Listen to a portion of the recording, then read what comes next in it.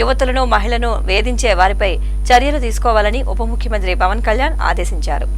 యువతులను మహిళలను కొందరు ఆకతాయిలు వేధిస్తున్నారన్న ఫిర్యాదుపై deputy CM Pawan Kalyan serious గా స్పందించారు. వెంటనే వారిని కట్టడి చేయాలని, కఠిన చర్యలు తీసుకోవాలని ఆదేశాలు జారీ చేశారు. వెంటనే స్పందించిన తిరుపతి పోలీసులు ఆ ఆకతాయిలను పట్టుకుని కేసులు నమోదు చేశారు. రాష్ట్రంలోని వివిధ ప్రాంతాల నుంచి జనసేన కార్యాలయానికి వచ్చిన ఫిర్యాదులపై డిప్యూటీ సీఎం పవన్ కళ్యాణ్ దృష్టి పెట్టారు. జనసేన కార్యాలయంలోనే ఫిర్యాదుల పరిశీలన కార్యక్రమాన్ని నిర్వహించారు.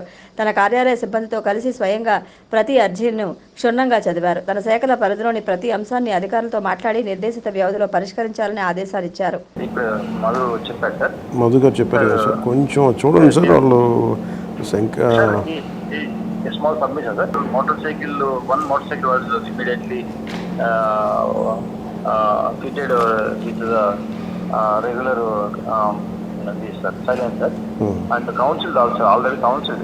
They are taken to police station and counseled 4 days back, sir, because that 6th line, one of the person in 6th line, sir, NTR colony complained, sir.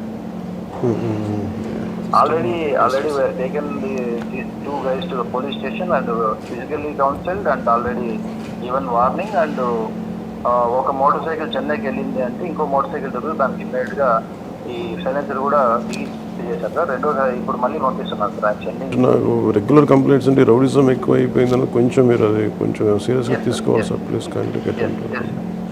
ఒకసారి అందరికీ జనరల్ కౌన్సిలింగ్ ఇచ్చేయండి sir. For citizen కొంచెం ముందుకు రమ్మని చెప్పండి sir. Otherwise thank you. లేదు ఎవరికన్నా ఏదన్నా అసభ్యంగా మాట్లాడినట్టు కానీ ఏదన్నా ఎవరన్నా అసభ్యంగా కామెంట్ చేసినట్టు కానీ ఉందంటే మాత్రం మీ మీద సీరియస్గా యాక్షన్ తీసుకుంటాం. అట్లాంటి ఏదన్నా ఉంటే మీరు అందరూ మాకు చెప్పండి. వీధిలో వీళ్ళ వల్ల ఉందని చెప్పేసి మాకు తెలియదు వస్తుంది కాబట్టి అందుకనే మీ అందరిని పిలిపించి మీ ముందే వీళ్ళని అడగడానికి కారణం. ఎందుకంటే ఏదైనా మీరు ఇదిగానే ఈ వీధిలో మళ్ళీ ఏదైనా స్త్రీగా పడిపోయినా లేదు ఎవరికన్నా ఏదైనా కామెంట్ చేసినట్టు ఉన్నా కానీ మీ మీద సీరియస్గా యాక్షన్ తీసుకుంటాం. చెప్తున్నా వేరే సైలెన్స్ ఏమన్నా పెట్టున్నా కానీ ఊరుకునేది ఉండదు. ఏమన్నా ఓకేనా చెప్తున్నా అదొకలా మరి మీరంతా సంతాలు పెట్టుకోండి. మీరు అందరు ఇచ్చినా కూడా భయం ఉన్నా సార్. ఎందుకు చూడండి వాళ్ళు ఎంత 10 మంది కలిసి వస్తారు. రాయకాయలు మదర్శివంతకాయలు పైసలకాయలు వీళ్ళు ఒక వంటి వాళ్ళు పనులకు రావడం బయట చూసుకోండి సార్. ఆడపిల్లలు కాలేజీ పక్కన వాళ్ళు వెంబడించడము, బస్సులు వెంబడించడము, ఫోన్లు చేయడము చాలా రిస్క్ సార్. ఇతను కూడా సార్ ఇతను బస్సులు వెంబడిస్తున్నాం సార్. నేను 4-5 సార్లు చూశాను. ఆడపిల్లలు చదువుకొని పోయే వాళ్ళకి చాలా డిస్టర్బెన్స్ సార్.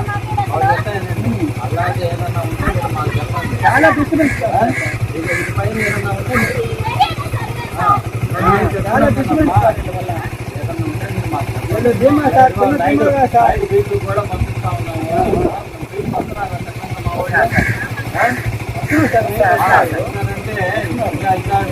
వీళ్ళు లైన్ మూడో లైన్లోనే వెళ్తారు. వచ్చినట్టున్నా కానీ మీరు మాకు చెప్పండి.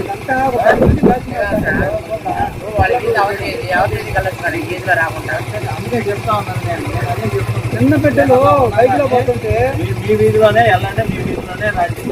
వీధిలో మీ పెద్ద బంధువులు ఏమన్నా ఉన్నారనుకుంటే అప్పుడు మీరు సైడ్ లైన్లో నుంచి రండి. ఇబ్బంది ఏం లేదు. మీరు ఇంకోసారి ఏదన్నా మీకు ఇక్కడ పొరపాటు వచ్చిందని అంటే ఊరుకోండి.